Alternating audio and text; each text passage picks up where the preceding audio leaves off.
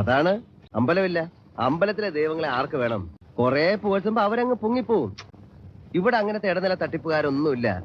നേരിട്ട് കാര്യം പറയാ, അനുഗ്രഹം വായിക്കും. കൂപ്പണുമില്ല, കാണിക്കയില്ല.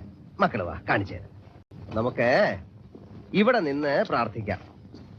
എന്താ പ്രാർത്ഥിക്കാൻ പോകുന്ന? എന്റെ അമ്മോ എന്നെ അങ്ങ് എടുത്തോണേന്ന്, എനിക്കിനി വയ്യേന്ന്. അപ്പൊ അവസാനത്തെ ശരണം ദൈവം മാത്രമേ ഉള്ളൂ. എങ്ങനെയാ പ്രാർത്ഥിക്കുക?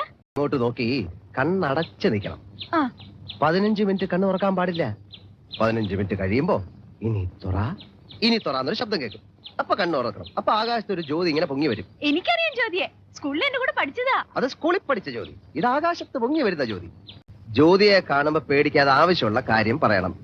കാശിന്റെ കാര്യം പറയുമ്പോ എന്റെ കൂടെ ചേർത്ത് പറയണം. കണ ഗുണാന്ന് പറയരുത്, മനസ്സിലായോ? അങ്ങോട്ട് നോക്കി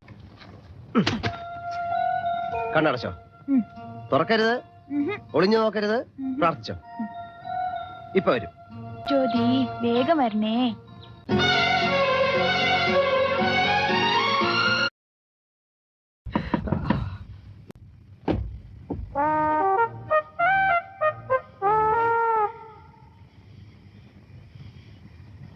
ജ്യോതിയും വന്നില്ല, തീയും വന്നില്ല, ഒരു മണ്ണാങ്കട്ടിയും വന്നില്ല. എത്ര കഷ്ടപ്പെട്ടാണ് ഞാൻ തിരിച്ചു വന്നെന്ന് അറിയാമോ? ഓടി ഓടി വരുമ്പോ ഒരു ആന. പക്ഷെ ഞാൻ രക്ഷപ്പെട്ടു. ആന എവളെ കണ്ടോടി കാണും. എനിക്ക് വിശക്കുന്നു, എനിക്ക്